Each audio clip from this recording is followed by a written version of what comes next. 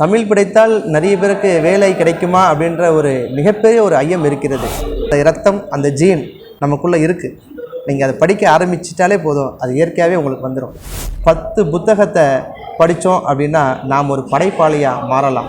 வேலைக்கு போய் தான் நான் முழுக்க பள்ளி கல்வியாக இருந்தாலும் சரி, என்னுடைய கல்லூரி கல்வியாக இருந்தாலும் வேலைக்கு போய் தான் நான் படித்தேன். நிறைய மாணவர்கள் தமிழ் மீடியம் என்று சொல்லக்கூடிய அந்த தமிழ் வழி கல்வியில் பயின்று வருகிறார்கள். உங்களை பற்றி கொஞ்சம் சொல்லுங்களேன்.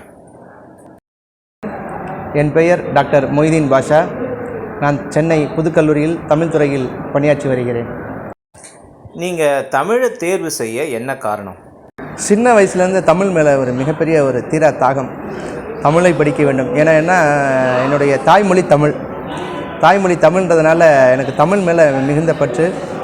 என்னுடைய ஆசிரியர்களும், உனக்கு தமிழ் நன்றாக வருகிறது, தமிழ் பேச்சு உனக்கு இயற்கையாகவே நன்றாக வருகிறது, நீ தமிழை படித்தால் நன்றாக இருக்கும் என்று அவர்களுடைய ஊக்குவிப்பினால் புதுக்கல்லூரியிலேயே MA தமிழ் பயின்றேன், MPhil பயின்றேன்.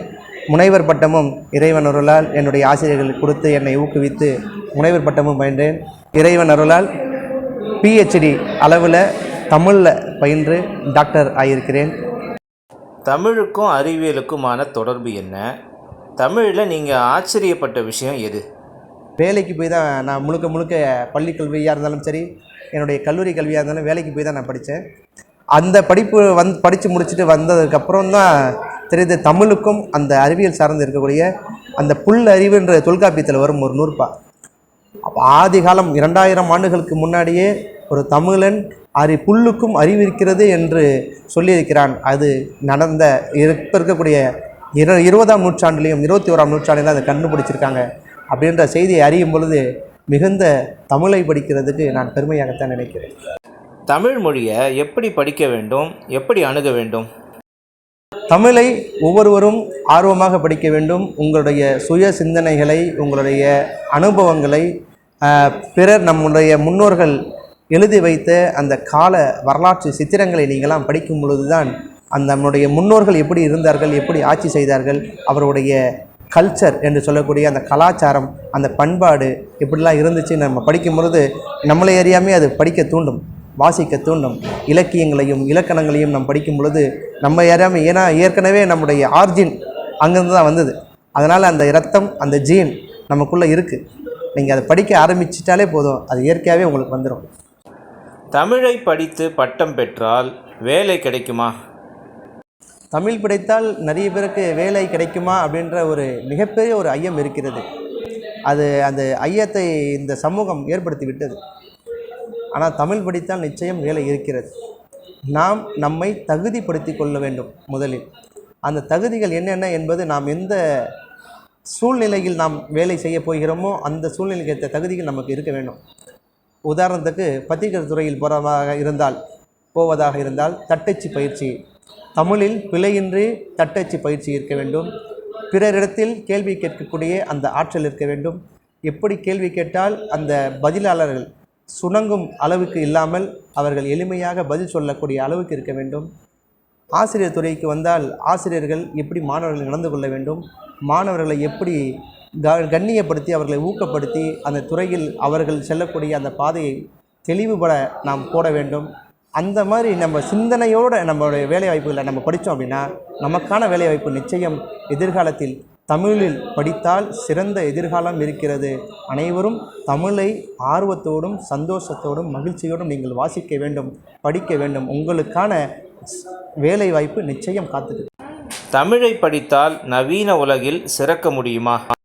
இப்போது சமீப காலமாக இந்த ஊடகம், யூடியூப், இன்ஸ்டா என்று சொல்லக்கூடிய நவீன ஊடகங்கள் பல பெருகி வந்திருக்கிறது.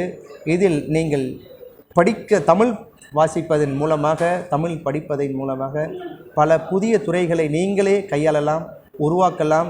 உங்களுக்கான எதிர்காலம் மிகச்சிறப்பாக பிரகாசமாக இருக்கிறது. நீங்கள் பத்திரிகை துறை என்று சொன்னேன், ஆசிரியர் துறை என்று சொன்னேன், மற்றும் பிற பல துறைகளில் பேச்சாளர்களாகலாம், உங்களை மனிதர்களை ஊக்குவிக்கக்கூடிய சிறந்த பயிற்றுனர்களாகலாம். தமிழ் வழி கல்வி பயின்ற மாணவர்களுக்கு உங்களின் எதிர்கால திட்டம் என்ன? நிறைய மாணவர்கள் தமிழ் மீடியம் என்று சொல்லக்கூடிய அந்த தமிழ் வழி கல்வியில் பயின்று வருகிறார்கள். அவர்கள் கல்லூரிக்கு வந்தவுடன் அந்த ஆங்கில புத்தகங்களை பார்க்கும் பொழுது மிரண்டு விடுகிறார்கள்.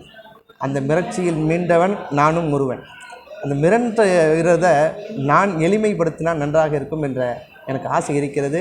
கூடிய விரைவில் அது நிறைவேறும். இன்றைய தலைமுறை மாணவர்களுக்கு உங்களின் அறிவுரை என்ன? நீங்கள் நிறைய வாசியுங்கள்.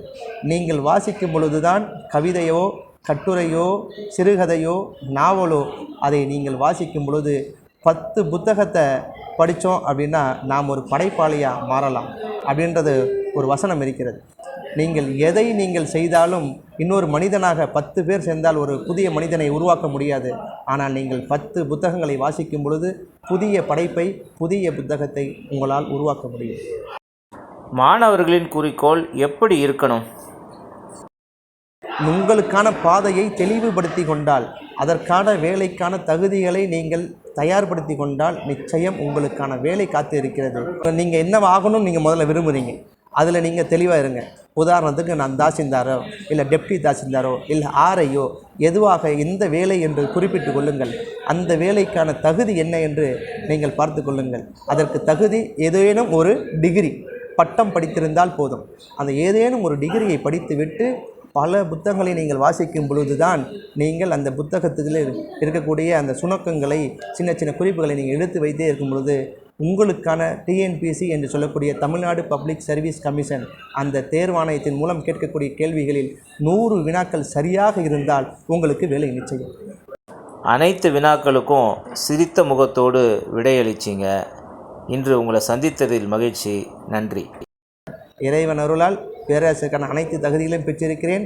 இறைவன் அருளால் புதுக்கல்லூரியில் சென்னை புதுக்கல்லூரியில் பேராசிரியர் பணி வாய்ப்பையும் பெற்றிருக்கிறேன். இறைவனுக்கு நன்றி. புதுக்கல்லூரியின் அனைத்து நல்லுள்ளங்களுக்கும் நன்றி.